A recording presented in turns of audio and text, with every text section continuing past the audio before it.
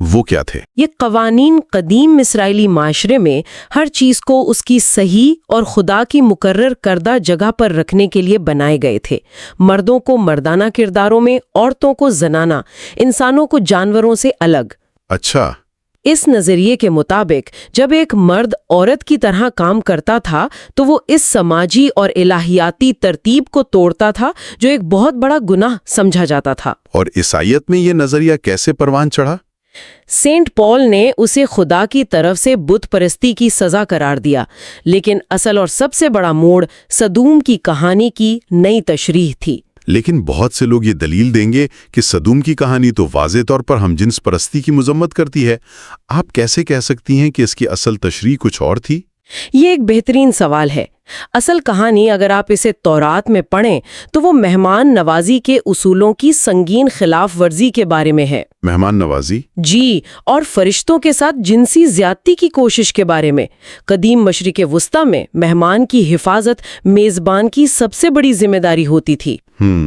لیکن جیسے جیسے رومی سلطنت میں عیسائیت پھیلی، ابتدائی چرچ کے مفسرین نے اس کہانی کو اس وقت کے غیر فطری سمجھے جانے والے جنسی رویوں کے خلاف ایک ہتھیار کے طور پر استعمال کرنا شروع کر دیا۔ تو مہمان نوازی کا گناہ پس منظر میں چلا گیا، اور ہم جنس پرستی مرکزی گناہ بن گئی۔ اور اس ایک تشریح کے نتائج تاریخ پر بہت بھیانک مرتب ہوئے۔ بہت زیادہ۔ جب چرچ اور ریاست کی طاقت اکٹھی ہوئی تو شدید ظلم و ستم کا دور شروع ہوا۔ 1731 میں ہالینڈ میں ایک ہی سال میں درجنوں مردوں کو ہم جنس پرستی کے الزام میں پھانسی دی گئی۔ اللہ! اسپین میں انکوزیشن کے دوران یہ کیتھولک چرچ کی ایک طاقتور عدالت تھی، لوگوں کو زندہ جلا دیا گیا۔ اور 20ویں صدی میں نازیوں نے بھی؟ جی، نازیوں نے بھی ہم جنس پرست مردوں پر ظلم کرنے کے لیے روایتی عیسائی اقدار کا سہارا لیا تاکہ انہیں قدامت پسندوں کی حمایت حاصل ہو سکے۔ لیکن کیا اس جبر کے دور میں ہر کوئی خاموش تھا؟ کیا کوئی اختلاف رائے یا مزاحمت موجود نہیں تھی؟ جہاں مردوں کو پھانسیاں دی جا رہی تھیں، وہیں کئی گاؤں والوں نے اس ظلم کے خلاف شدت سے احتجاج کیا۔ اچھا۔ بہت سے عیسائی حکمرانوں کے اپنے ہم جنس پرستانہ تعلقات تھے، جیسے انگلینڈ کے بادشاہ جیمز اول۔ اور سب سے بڑی ستم ظریفی یہ ہے کہ کیتھولک چرچ خود بھی اپنی سخت تعلیمات کے باوجود اکثر ان مردوں کے لیے ایک پناہ گاہ کا کام کرتا تھا جو دوسرے مردوں کی طرف مائل تھے۔ یہ تو ایک بہت بڑا تضاد ہے نا؟ بالکل۔ اب اگر ہم اسلام کی طرف آئیں تو 19ویں صدی میں بہت سے مغربی ادیب مسلم ممالک کو ایک ہم جنس پرستانہ نخلستان یعنی ہومو ایروٹک اویسس سمجھتے تھے۔ یہ آج کے تصور سے بالکل مختلف ہے۔ جی، اس کی جڑیں قانون، شاعری اور سماجی رویوں میں گہری تھیں۔ کیسے؟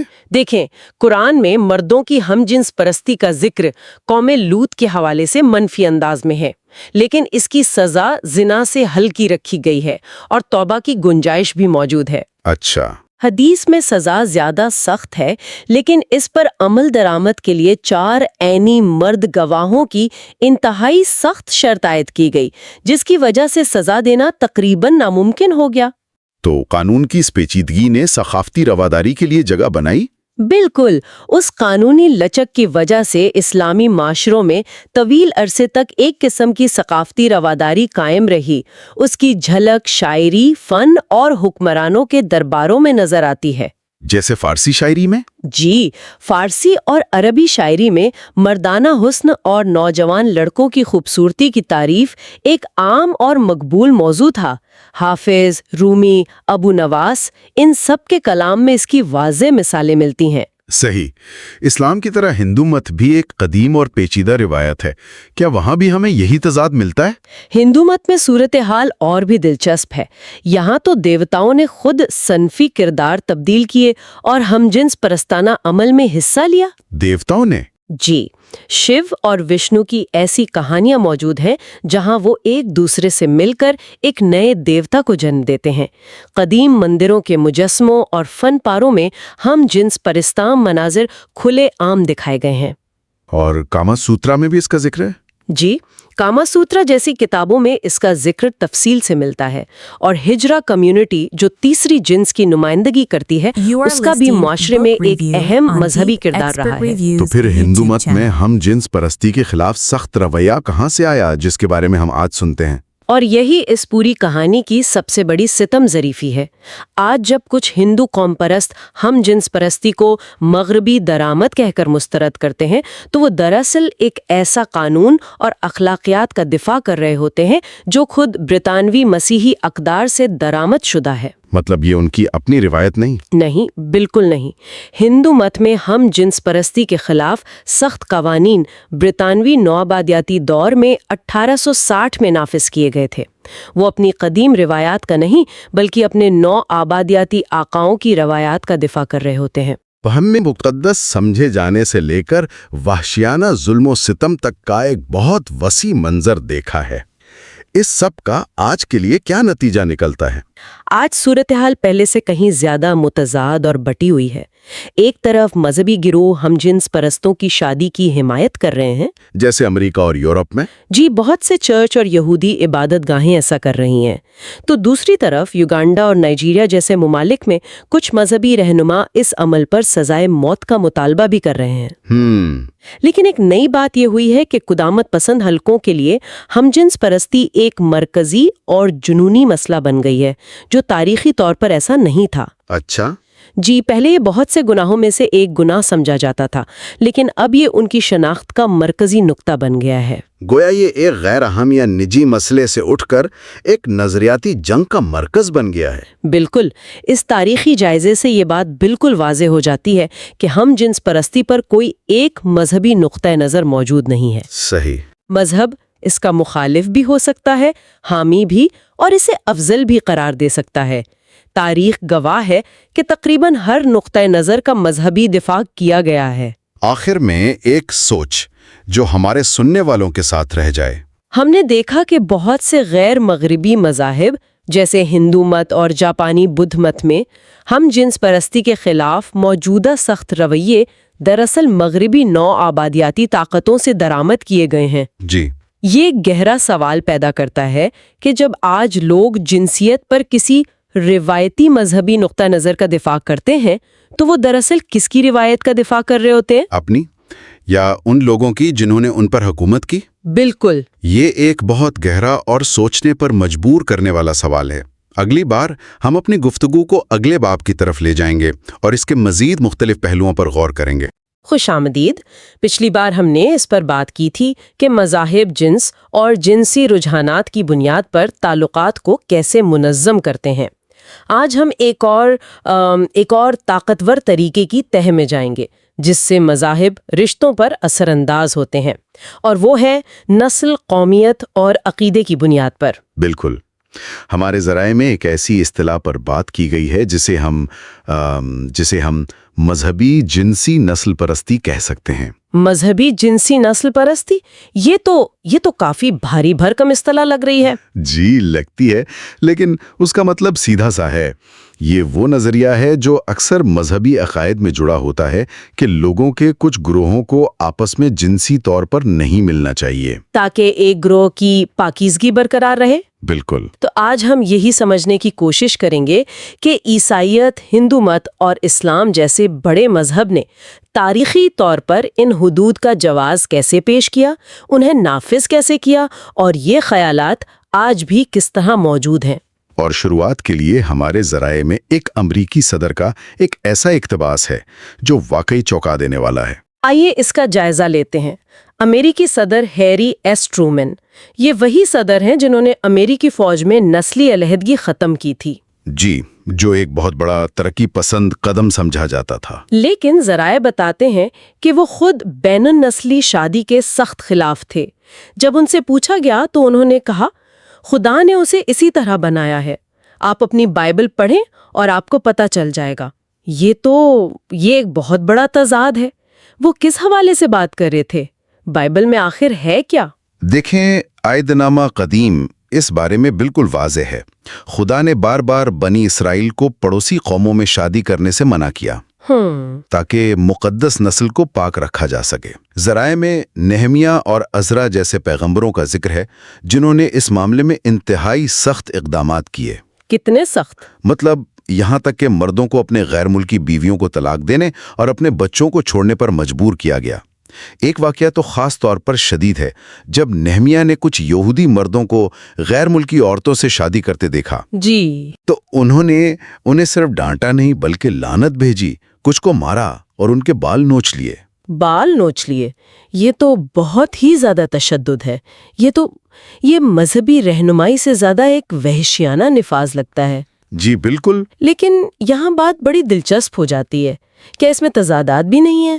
ہیں، بالکل ہیں۔ مطلب موسیٰ نے خود ایک کشی یعنی ایتھوپیائی عورت سے شادی کی تھی، اور جب ان کے اپنے بھائی بہن نے تنقید کی تو خدا نے خود موسیٰ کا دفاع کیا۔ جی اور بادشاہ داؤد اور سلیمان، ان کی تو سینکڑوں غیر ملکی بیویاں تھیں، تو کیا یہ اصول صرف عام لوگوں کے لیے تھے؟ یہ ایک بہترین نکتہ ہے۔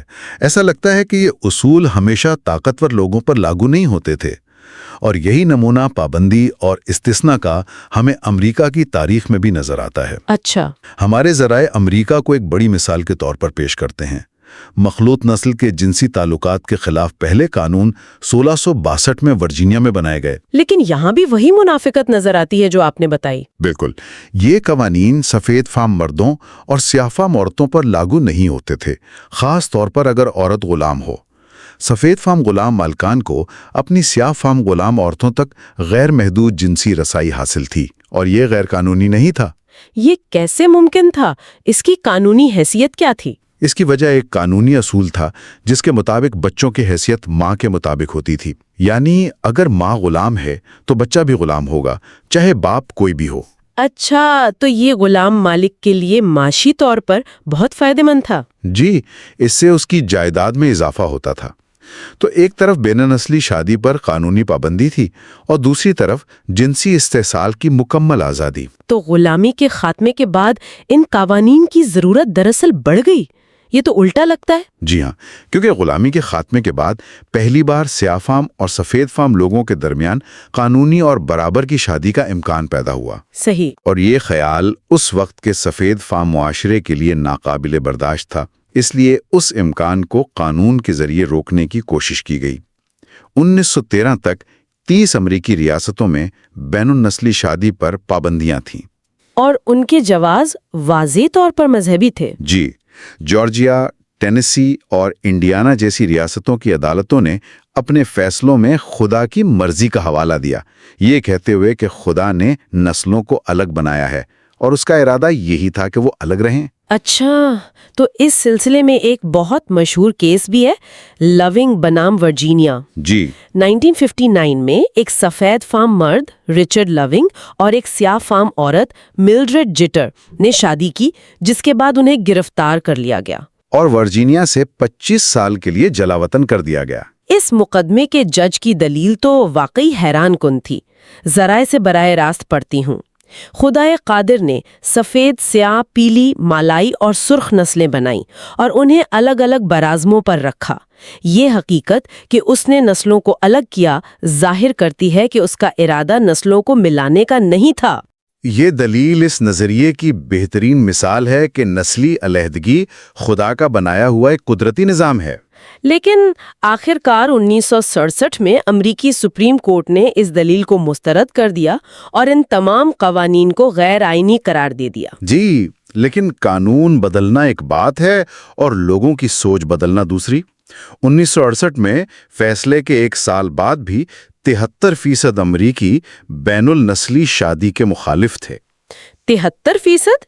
یہ تو بہت بڑی تعداد ہے۔ اور یہ تبدیلی کتنی سست رہی اس کا اندازہ اس بات سے لگایا جا سکتا ہے کہ 2000 میں آخری ریاست الاباما نے اپنے آئین سے یہ پابندی ہٹائی۔ سال 2000 میں؟ جی، اور تب بھی 41% ووٹر اسے برقرار رکھنا چاہتے تھے۔ تو اس کا مطلب ہے کہ یہ صرف قانون یا سماجی تعصب نہیں تھا، ذرائع یہ واضح کرتے ہیں کہ مذہب نے اس پورے ڈھانچے کو ایک مقدس جواز فراہم کیا تھا۔ بالکل، اور اسی وجہ سے یہ اتنا مضبوط اور دیرپا ثابت ہوا۔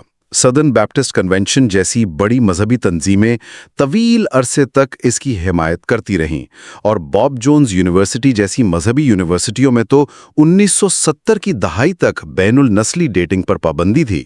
تو یہ ظاہر کرتا ہے کہ یہ نظریات مذہب اور قانون کے ذریعے کتنی گہرائی تک سرایت کر چکے تھے۔ جی ہاں، امریکہ کی مثال بہت دلچسپ ہے کیونکہ وہاں لکیریں نسل کی بنیاد پر کھینچی گئی تھی۔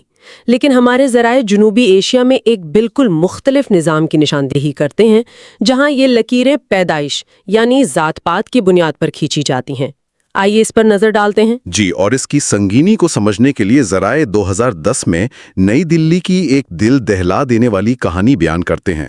عائشہ اور یوگیش ایک نوجوان جوڑا۔ ان کا جرم صرف یہ تھا کہ وہ مختلف ذاتوں سے تعلق رکھتے تھے؟ بالکل، اور اس جرم کی سزا کے طور پر عائشہ کے اپنے خاندان نے انہیں گھنٹوں تک لوہے کی سلاخوں سے مارا اور پھر بجلی کے جھٹکے دے کر ہلاک کر دیا۔ عائشہ کے چچا نے بعد میں کہا، مجھے کوئی افسوس نہیں ہے، اگر موقع ملا تو میں انہیں دوبارہ سزا دوں گا۔ یہ اس بات کی ایک واضح مثال ہے کہ ہندو ذات پات کا نظام کس طرح مذہبی جنسی نسل پرستی کی ایک شکل کے طور پر کام کرتا ہے۔ جی، یہ پیدائش کی بنیاد پر لوگوں کی ایک مستقل اور سخت تقسیم ہے، اور اس کے اصول مطلق ہیں۔ ذاتوں کے درمیان شادی ممنوع ہے، کیونکہ اس سے ذات کی پاکیزگی بھنگ ہوتی ہے۔ جی بالکل۔ یہ کس قدر گہری جڑیں رکھتا ہے؟ کیا یہ صرف قدیم کتابوں کی باتیں ہیں یا آج بھی اتنی ہی طاقتور ہیں؟ قدیم منو کے قانون میں یہ بہت واضح طور پر لکھا گیا ہے۔ مثال کے طور پر ایک اعلیٰ ذات کا مرد جو نچلی ذات کی عورت سے شادی کرتا ہے، وہ نہ صرف اپنے خاندان کو نیچا دکھاتا ہے بلکہ اپنے بچوں کے ساتھ خود بھی جہنم میں جائے گا۔ اور ایک اعلیٰ ذات کی عورت اور نچلی ذات کے مرد کا تعلق؟ اسے تو سب سے بڑا گناہ قرار دیا گیا ہے، اور یہ صرف قدیم متن نہیں بلکہ یہ سوچ آج بھی لاکھوں لوگوں کے ذہنوں میں زندہ ہے۔ لیکن کیا یہ نظام صرف ہندو مت تک ہی محدود ہے؟ دیکھیں، یہی تو سب سے دلچسپ بات ہے جسے ذرائع نمایاں کرتے ہیں۔ یہ ڈھانچے مذہب بدلنے کے بعد بھی قائم رہتے ہیں۔ اچھا۔ جی، جنوبی ایشیا کے مسلمانوں، بدھ مت کے ماننے والوں، یہاں تک کہ عیسائیوں میں بھی تاریخی طور پر ذات پات کے کچھ نہ کچھ اثرات نظر آتے ہیں۔ یعنی یہ ایک سماجی ڈھانچہ ہے جو مذہب سے بھی زیادہ گہرا ہو سکتا ہے۔ بالکل۔ ہندوستان میں پرتگالی کیتھولک نوآبادیوں نے ذات پات کے نظام کو اپنا لیا تھا، اور آج بھی کچھ مسیحی برادریوں میں نچلی ذات سے مذہب تبدیل کرنے والوں کے ساتھ امتیازی سلوک کیا جاتا ہے۔ تو جدید دور میں جب دنیا اتنی بدل گئی ہے، اس کی کیا شکل ہے؟ اگرچہ کچھ شہری اور تارکین وطن برادریوں میں رویے نرم ہو رہے ہیں، لیکن یہ رواج اب بھی بہت مضبوط ہے۔ یہ کہاں نظر آتا ہے؟ آپ اسے آج بھی اخبارات اور آن لائن شادی کی ویب سائٹس پر دیکھ سکتے ہیں، جہاں رشتے اب بھی ذات کے لحاظ سے ترتیب دیے جاتے ہیں۔ اور یہاں امریکی غلامی کی مثال سے ایک مماثلت ہے۔ ایک اعلیٰ ذات کی عورت کا نچلی ذات کے مرد کے ساتھ ہونا، نچلی ذات کی عورت کے اعلیٰ ذات کے مرد کے ساتھ ہونے سے کہیں زیادہ برا سمجھا جاتا ہے۔ تو ہم نے نسل اور ذات کی بنیاد پر ناقابل تغیر حدود دیکھیں، ایسی لکیریں جنہیں آپ پار نہیں کر سکتے کیونکہ آپ ان میں پیدا ہوئے ہیں۔ اب اسلام پر نظر ڈالتے ہیں، جہاں ہمارے ذرائع بتاتے ہیں کہ لکیریں مختلف طریقے سے کھینچی جاتی ہیں۔ جی، یہاں تفریق نسل یا پیدائش پر نہیں بلکہ عقیدے پر مبنی ہے۔ اور یہی کلیدی فرق ہے۔ بالکل۔ قرآن مسلمان مردوں کو اہل کتاب یعنی یہودیوں اور عیسائیوں کی پاک دامن عورتوں سے شادی کی اجازت دیتا ہے۔ پابندی بت پرستوں پر ہے، جب تک کہ وہ مذہب تبدیل نہ کر لیں۔ جی، البتہ مسلمان عورتوں کے لیے روایتی نظریہ غیر مسلم مردوں سے شادی سے منع کرتا ہے۔ اور اس کے پیچھے کیا دلیل دی جاتی ہے؟ اس کے پیچھے دلیل یہ دی جاتی ہے کہ اسلام میں مرد کو خاندان کا سربراہ سمجھا جاتا ہے، اور یہ اصول کہ ایک مسلمان عورت کو غیر مسلم شوہر کے ماتحت نہیں ہونا چاہیے، اس پابندی کی بنیاد بنتا ہے۔ یہ ایک دلچسپ فرق ہے۔ تو یہاں حد عبور کی جا سکتی ہے اگر کوئی مذہب تبدیل کر لے؟ جی، یہ ایک لچکدار حد ہے۔ لیکن کیا عملی طور پر یہ اتنا ہی لچکدار ہے؟ کیا اکثر ثقافتی اور سماجی رکاوٹیں مذہبی اجازت سے زیادہ سخت نہیں ہو جاتی؟ یہ ایک بہترین نقطہ ہے۔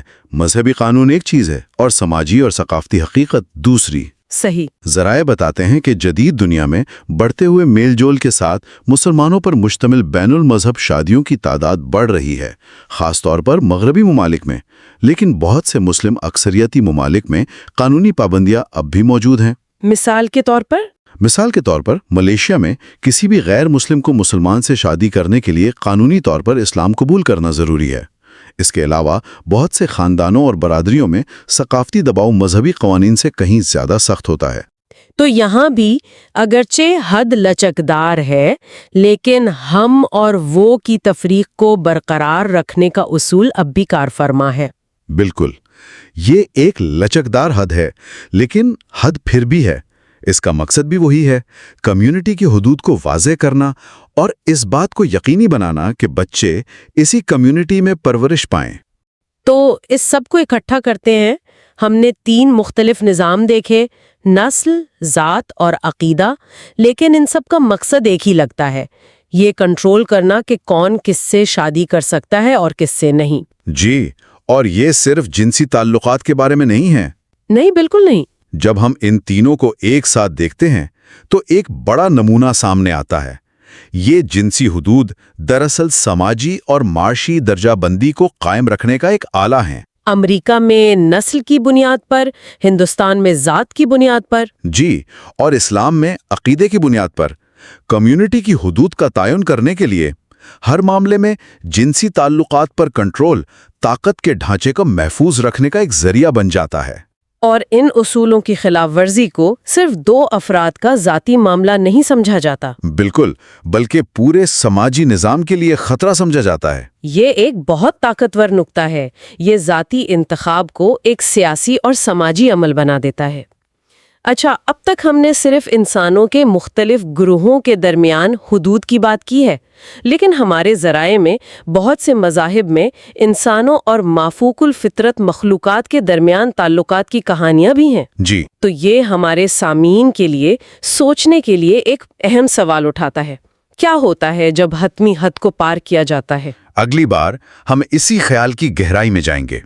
ہم ان ذرائع کا جائزہ لیں گے جو دیوتاؤں، فرشتوں اور شیطانوں کے ساتھ جنسی تعلقات کے بارے میں بات کرتے ہیں، اور یہ بھی دیکھیں گے کہ مختلف مذاہب آخرت میں جنسیت کے بارے میں کیا کہتے ہیں۔ جی، یہ ایک دلچسپ جائزہ ہوگا کہ یہ اصول فانی دنیا سے باہر کیسے تصور کیے جاتے ہیں۔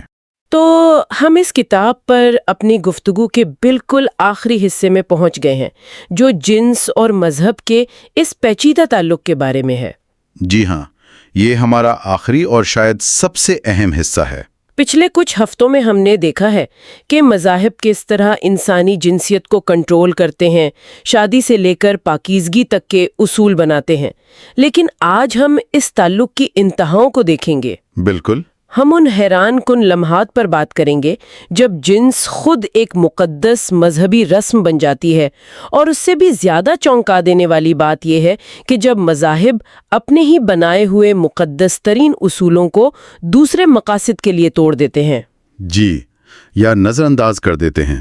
آج کی بحث کا اصل مرکز یہی ہے کہ یہ جو مذہبی جنسی اصول ہیں، یہ کوئی پتھر پر لکیر تو ہے نہیں، جیسا کہ اکثر دعویٰ کیا جاتا ہے۔ اچھا، یہ اصول کافی لچکدار ہیں اور ان کا استعمال سیاق و سباق پر منحصر ہے۔ ہم دیکھیں گے کہ کس طرح کچھ اصولوں کو دوسرے، یہاں تک کہ زندگی بچانے والے اصولوں پر بھی فوقیت دی جاتی ہے، جبکہ کچھ کو مکمل طور پر نظر انداز کر دیا جاتا ہے۔ تو یہ ترجیحات کا ایک نظام ہے نا؟ بالکل، اور یہ نظام ہمیں مذہب کی اندرونی کارکردگی اور اس کی حقیقی ترجیحات کے بارے میں بہت کچھ بتاتا ہے، جو اکثر عوامی بیانیے سے بہت مختلف ہوتی ہیں۔ ٹھیک ہے، تو آئیے سیدھا اس کے سب سے عجیب پہلو میں غوطہ لگاتے ہیں، مقدس جنس۔ ہمارے ذرائع ایک بہت ہی چونکا دینے والی مثال سے شروع ہوتے ہیں۔ جی، 1930 کی دہائی میں شمالی سویڈن میں لیسٹیڈین عیسائیوں کی ایک جماعت تھی۔ بتایا جاتا ہے کہ وہ اپنی عبادت کے دوران ایک دوسرے کے سامنے اپنے جنسی اعضاء کی نمائش کرتے تھے۔ جی ہاں، اور بات صرف یہیں ختم نہیں ہوتی تھی۔ یہاں تک کہ ایک عورت کنگھی سے ان کے زیر ناف بال سنوارتی اور پھر کھلے عام غیر ازدواجی جنسی تعلقات قائم کیے جاتے تھے۔ جی، اور یہ سمجھنا بہت ضروری ہے کہ ان کے نزدیک اس کا مقصد کوئی عیاشی کرنا نہیں تھا۔ تو پھر کیا تھا؟ ان کا عقیدہ یہ تھا کہ ایسا کرنے سے وہ خدا کی کشتی یعنی آرک کی آمد کو تیز کر رہے ہیں تاکہ وہ آسمانی یروشلم جا سکیں۔ اچھا، مطلب گناہ کر کے؟ ان کا ماننا تھا کہ ان کا پیغمبر انہیں تمام گناہوں سے پاک کر سکتا ہے، اس لیے وہ جان بوجھ کر بدترین گناہ کرتے تھے، یہ ثابت کرنے کے لیے کہ وہ اس کے باوجود پاک ہیں۔ یہ تو بہت ہی عجیب منطق ہے۔ انتہا پسندانہ منطق ہے، لیکن یہ ظاہر کرتی ہے کہ کس طرح ایک انتہائی ممنوع عمل کو نجات کا ذریعہ سمجھا جا سکتا ہے۔ ایک منٹ رکیے، یہ لیسٹوڈین عیسائی یہ کون تھے؟ کیا یہ کوئی مرکزی دھارے کی جماعت تھی یا کوئی چھوٹا الگ تھلگ فرقہ؟ یہ ایک بہت اچھا سوال ہے۔ دیکھیں، یہ عیسائیت کے اندر ایک ریوائولسٹ تحریک تھی جو مرکزی چرچ سے کافی الگ تھلگ تھی۔ اچھا، تو یہ الگ تھلگ تھے؟ جی، اور ان کا الگ تھلگ ہونا ہی شاید ان انتہائی عقائد کی ایک وجہ بنا۔ جب ایک گروہ باقی معاشرے سے کٹ جاتا ہے تو اس کے اپنے اصول اور منطق پیدا ہو جاتے ہیں جو باہر والوں کو عجیب لگ سکتے ہیں۔ صحیح۔ لیکن ان کی کہانی ایک بڑے اصول کی نشاندہی کرتی ہے جسے ہم دوسرے مذاہب میں بھی دیکھتے ہیں، اور وہ اصول ہے حدود کو توڑنا، یعنی ٹرانسگریشن۔ تو کیا اس کے پیچھے کوئی نفسیاتی وجہ ہے؟ کیا کسی بہت بڑے ٹابو کو توڑنے سے لوگوں کو یہ محسوس ہوتا ہے کہ وہ کسی عام اخلاقیات سے بالاتر ہو گئے ہیں؟ بالکل یہی نکتہ ہے۔ اس کی ایک زیادہ منظم مثال ہمیں تنتر میں ملتی ہے۔ اچھا، تنتر کو تو مغرب میں اکثر صرف جنسی لذت بڑھانے کا ایک طریقہ سمجھا جاتا ہے۔ جی، لیکن یہ اس کی بہت ہی سطحی تفہیم ہے۔ اس کا اصل فلسفہ بہت گہرا ہے۔ اس کا مرکزی اصول ہی حدود کو توڑنا تھا۔ کن کے لیے؟ خاص طور پر ہندو مت میں برہمن ذات کے لیے، جن پر سب سے زیادہ سماجی اور مذہبی پابندیاں ہوتی تھیں۔ تنتر کی رسومات انہیں ان پابندیوں کو ایک کنٹرول شدہ ماحول میں توڑنے کی اجازت دیتی تھیں، جیسے ممنوع گوشت کھانا، شراب پینا یا جنسی عمل میں شامل ہونا۔ خیال یہ تھا کہ ان اصولوں کو توڑنے سے جو توانائی خارج ہوتی ہے وہ بہت طاقتور ہوتی ہے اور روحانی ترقی کا باعث بن سکتی ہے۔ یعنی یہ ایک طرح سے روحانیت کے لیے بغاوت تھی؟ ایک طرح سے جی ہاں، لیکن یہ بے لگام بغاوت نہیں تھی۔ یہ سخت کنٹرول شدہ رسومات کے تحت ہوتا تھا، اور اس کا مقصد سماجی ڈھانچے کو مضبوط کرنا تھا، تباہ کرنا نہیں۔ اچھا، یہ بہت دلچسپ ہے۔ جی، اور ماخذ میں کچھ اور بھی مثالیں ہیں۔ جیسے نیو گینی کے کچھ قبائل میں یہ عقیدہ پایا جاتا ہے کہ لڑکوں کو مردانگی حاصل کرنے کے لیے بڑے مردوں کا مادہ منیویا پینا پڑتا ہے۔ اور نورس مذہب کی وہ مثال بھی ہے جہاں ایک سردار کی تدفین کی رسم میں ایک غلام عورت کو قربان کیا جاتا تھا، لیکن اس سے پہلے اسے کئی مردوں کے ساتھ ہم بستری کرنے پر مجبور کیا جاتا تھا۔ یہ تو بہت ہی تاریخ ہے۔ بہت تاریخ، اور یہ ظاہر کرتا ہے کہ مقدس جنس کا تصور ہمیشہ رضامندی پر مبنی یا بااختیار بنانے والا نہیں ہوتا۔ یہاں جنس کو طاقت، حیثیت اور موت کے بعد کی زندگی کے تصورات سے جوڑا گیا ہے۔ تو اگر مذہبی اصولوں کو اس طرح مقدس مقاصد کے لیے توڑا جا سکتا ہے تو یہاں سے ایک بہت دلچسپ سوال پیدا ہوتا ہے۔ کیا ہوتا ہے جب مذاہب کے اپنے جنسی اصول دوسرے مقاصد سے ٹکراتے ہیں؟ میرا مطلب ہے جب بات ادارہ جاتی بقا یا ساکھ کی ہو۔ اب آپ اس بحث کے سب سے اہم اور متنازع حصے کی طرف آ رہی ہیں۔ اس کی سب سے بڑی اور المناک مثال جدید دور میں کیتھولک چرچ میں پادریوں کے ہاتھوں بچوں کے جنسی استحصال کا سکینڈل ہے۔ جی، یہ استحصال بذات خود کیتھولک تعلیمات کے ہر اصول کی سنگین خلاف ورزی تھی۔ پادریوں کا غیر شادی شدہ رہنا، ہم جنس پرستی کی سخت ممانعت، اور سب سے بڑھ کر معصوموں کی حفاظت کا مقدس فریضہ۔ لیکن جب یہ واقعات سامنے آئے تو چرچ کا رد عمل اس سے بھی زیادہ چونکا دینے والا تھا، ہے نا؟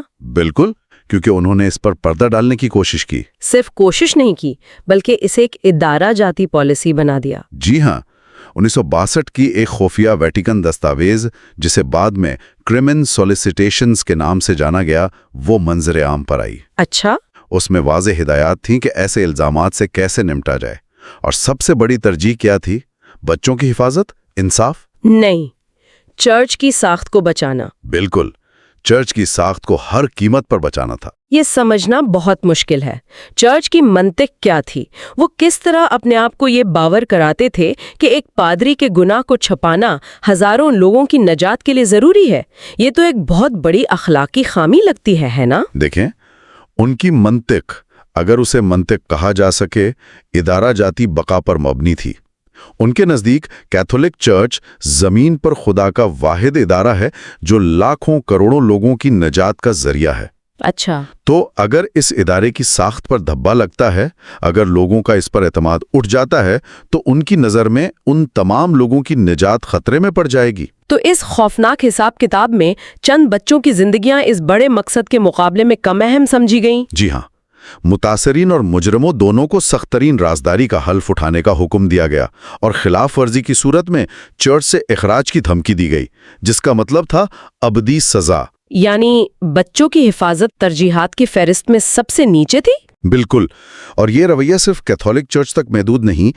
ماخذ بتاتا ہے کہ کچھ انتہائی قدامت پسند آرتھوڈاکس یہودی برادریوں میں بھی ایسا ہی نمونہ دیکھا گیا ہے. اچھا، وہاں بھی؟ جی، جہاں کمیونٹی کے اندر جنسی استحصال کے واقعات یہاں تک کہ ربیوں کے جرائم پر بھی پردہ ڈالا جاتا ہے تاکہ باہر کی دنیا میں مذہب کا نام بدنام نہ ہو، تاکہ کمیونٹی کی یکجہتی برقرار رہے. بالکل. یہاں بھی ادارے کی ساخت فرد کے تحفظ پر حاوی ہو جاتی ہے. یہ اصولوں کی درجہ بندی کا تصور نیا نہیں ہے نا؟ مجھے یاد ہے ماخذ میں لوط کی کہانی کا بھی ذکر ہے. جی، وہ ایک بہترین تاریخی مثال ہے. جو اپنے مہمانوں، جو دراصل فرشتے تھے، کچھ صدوم کے لوگوں کے ہجوم سے بچانے کے لیے اپنی کنواری بیٹیوں کو ان کے حوالے کرنے کی پیشکش کرتے ہیں. جی، اس کہانی میں مہمان نوازی کا مقدس اصول اپنی ہی بیٹیوں کی جنسی پاکیزگی اور جسمانی حفاظت کے اصول پر فوقیت لے جاتا ہے. تو یہ ظاہر کرتا ہے کہ یہ درجہ بندی ہمیشہ سے موجود رہی ہے. کہ اخلاقی قیمت کتنی ہی زیادہ کیوں نہ ہو. تو ہم نے دیکھا کہ اصولوں کو توڑا جا رہا ہے اور انہیں دوبارہ ترتیب دیا جا رہا ہے، لیکن اس کا ایک دوسرا پہلو بھی ہے. کیا ہوتا ہے جب کوئی نسبتاً غیر اہم اصول اچانک مذہب کا مرکزی نقطہ بن جاتا ہے؟ صحیح. اسے اتنا بڑھا چڑھا دیا جاتا ہے کہ باقی سب کچھ اس کے سامنے ماند پڑ جاتا ہے. اور آج کی دنیا میں اس کی سب سے واضح مثال ہم جنس پرستی کی مخالفت ہے. بالکل. اگر آپ تاریخی طور پر دیکھیں تو عیسائیت یا یہودیت کی مقدس کتابوں میں ہم جنس پرستی پر بہت کم بات کی گئی ہے، خاص طور پر دیگر گناہوں جیسے لالچ یا غرور کے مقابلے میں. لیکن پچھلی چند دہائیوں میں یہ قدامت پسند مذہبی گروہوں کے لیے ایک مرکزی میدان جنگ بن گیا ہے. جی، پوپ بینیڈکٹ نے یہاں تک کہہ دیا کہ ہیٹروسیکشوالٹی بھی بارشی جنگلات کی طرح تحفظ کی مستحق ہے. اور اینگلیکن چرچ کی مثال بھی ہے، جو غلامی، اسقاط حمل اور خواتین پادریوں جیسے بڑے بڑے مسائل پر کسی نہ کسی طرح متحد رہا. جی، لیکن ہم جنس پرست بشپس کو مقرر کرنے کے معاملے پر ٹوٹنے کے قریب پہنچ گیا ہے. تو سوال یہ ہے کہ یہی مسئلہ کیوں اچانک یہ اتنا اہم کیوں ہو گیا؟ دیکھیں، اس کی جڑیں سماجیات اور نفسیات میں ہیں. یہ ایک بہت بنیادی انسانی نفسیات ہے. ہم اپنی شناخت ہم کون ہیں سے زیادہ ہم کون نہیں ہیں سے بناتے ہیں. دوسرے کی مخالفت کر کے؟ بالکل. قدامت پسند مذہبی گروہوں کے لیے ایک تیزی سے بدلتی ہوئی سیکولر دنیا میں ہم جنس پرست افراد ایک واضح نظر آنے والا اور نسبتاً کمزور دوسرا گروہ بن گئے، جس کے خلاف متحد ہو کر وہ اپنی شناخت کو دوبارہ قائم کرنے کی کوشش کرتے ہیں. تو یہ وہی میکانزم ہے جو نسل پرستی کے پیچھے کام کرتا ہے؟ جی ہاں، یہ وہی سماجی میکانزم ہے. اور جب اس طرح کے اصولوں کو ترجیح دی جاتی ہے تو اس کے نتائج بہت مہلک ہو سکتے ہیں. یہ صرف نظریاتی بحث نہیں رہتی. جی ہاں، بالکل. جیسے افریقہ میں کچھ کیتھولک رہنماؤں کا یہ دعویٰ کرنا کہ کانڈم ایڈز کے پھیلاؤ کو نہیں بلکہ اس میں مدد کرتا ہے. ہیں کہ وائرس گزر سکتا ہے، جو کہ سائنسی طور پر بالکل غلط ہے. بالکل غلط ہے. لیکن مانے حمل کے خلاف ان کے مذہبی اصول اتنے سخت ہیں کہ وہ لاکھوں لوگوں کی زندگیوں کو خطرے میں ڈالنے کو تیار ہیں. اور سعودی عرب میں وہ خوفناک واقعہ جہاں 2002 میں لڑکیوں کے ایک سکول میں آگ لگ گئی اور مذہبی پولیس نے لڑکیوں کو جلتی ہوئی عمارت سے باہر نکلنے سے روک دیا. جی، کیونکہ انہوں نے حجاب یا عبایا نہیں پہنا ہوا تھا. اس واقعے میں 15 لڑکیاں جل کر ہلاک ہو گئیں. وہ واقعہ اس سوچ کی سب سے بھیانک مثال ہے. وہاں خواتین کے لباس سے متعلق ایک اصول کو انسانی جان بچانے کے بنیادی اصول پر فوقیت دی گئی. یہ تو وہی منطق ہے جو ہم نے ویٹیکن اسکینڈل میں دیکھی. بالکل. لیکن اس کا اطلاق ایک مختلف اور فوری طور پر مہلک طریقے سے ہوا. اصول خود مقصد بن جاتا ہے، چاہے اس کی انسانی قیمت کچھ بھی ہو. ایک چیز جو ان تمام بحثوں میں بار بار سامنے آتی ہے وہ یہ ہے کہ اس کا بوجھ کس پر پڑتا ہے. کیا ماخذ مردوں اور عورتوں کے لیے ان اصولوں کے اطلاق میں فرق پر بات کرتا ہے؟ ہاں، اور یہ ایک بہت اہم نقطہ ہے. یہ تقریباً تمام بڑے مذاہب میں ایک مشترکہ دھاگا ہے. عورتوں کی جنسیت کو ہمیشہ مردوں کے مقابلے میں زیادہ شبہ کی نظر سے دیکھا گیا ہے اور اسے زیادہ سختی سے کنٹرول کیا گیا ہے. اس کی کوئی واضح مثال؟ سب سے واضح مثال زنا کی تعریف ہے. بہت سے مذہبی قانونوں میں زنا کی تعریف عورت کے شادی شدہ ہونے سے منسلک ہوتی ہے، مرد کے نہیں. مطلب اگر ایک شادی شدہ مرد کسی غیر شادی شدہ عورت کے ساتھ تعلق قائم کرتا ہے تو وہ زنا نہیں.